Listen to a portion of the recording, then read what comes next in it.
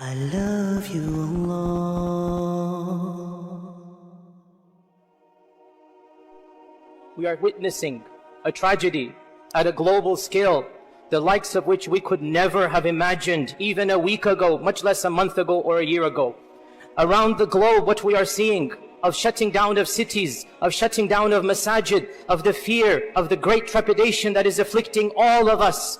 If this is not going to cause us to stop in our tracks, if this is not going to cause us to reflect and to ponder and to think, then what is ever going to cause us to change? Dear Muslims, today's khutbah that I'm going to give, and it is a symbolic khutbah. I have never in my life given a khutbah to an audience and a masjid that is this empty. It is a symbolic khutbah. It is being given to remind ourselves, to remind the ummah that there is a reason why this is happening. Dear Muslims, we need to understand what Allah Azza wa Jal tells us in the Quran. Surah Al-Anfal verse 53. ذَلِكَ بِأَنَّ اللَّهَ لَمْ يَغُ مُغَيِّرًا نِعْمَةً أَنْعَمَهَا عَلَىٰ قَوْمٍ حَتَّى يُغَيِّرُوا مَا بِأَنفُسِهِمْ وَأَنَّ اللَّهَ سَمِيعٌ عَلِيمٌ. That is because Allah subhanahu wa ta'ala will never take away a blessing that He has gifted to a people. Allah will never lift up a blessing that He has gifted to the people unless and until they change something in themselves. The blessing of peace, the blessing of security, the blessing of going about wherever we wanted to go, the blessing of society, all of this has been lifted up and it has been replaced with a fear, with an uncertainty. It has been replaced with death being close to us.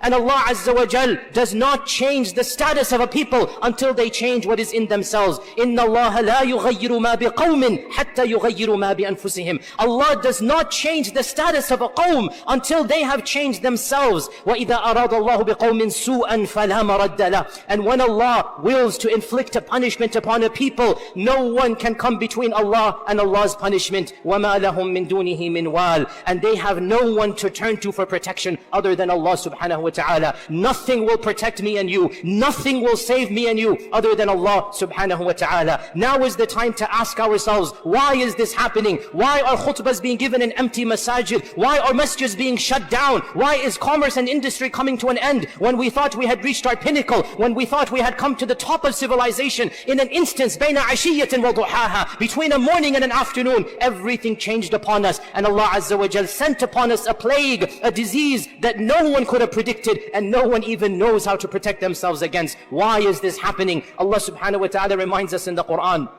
ظهر الفساد في البر والبحر بما كسبت أيدي الناس ليذيقهم بعض الذي عملوا ولعلهم يرجعون. Allah has caused fasad, which is fitna, which is a type of evil, which is a type of trial and tribulation. Allah has caused chaos to spread in this earth. Why? بما كسبت أيدي الناس, because of what we ourselves have done. It is the effects of our own selves. This is something that we don't hear too many people say. It is something that is politically incorrect to say. It is something that hardly any preacher of any religion says. And when they say it, they are mocked and made fun of. That does not change the reality. Why is this happening to us? Allah does not send upon people plagues and diseases unless there is something that they have collectively done.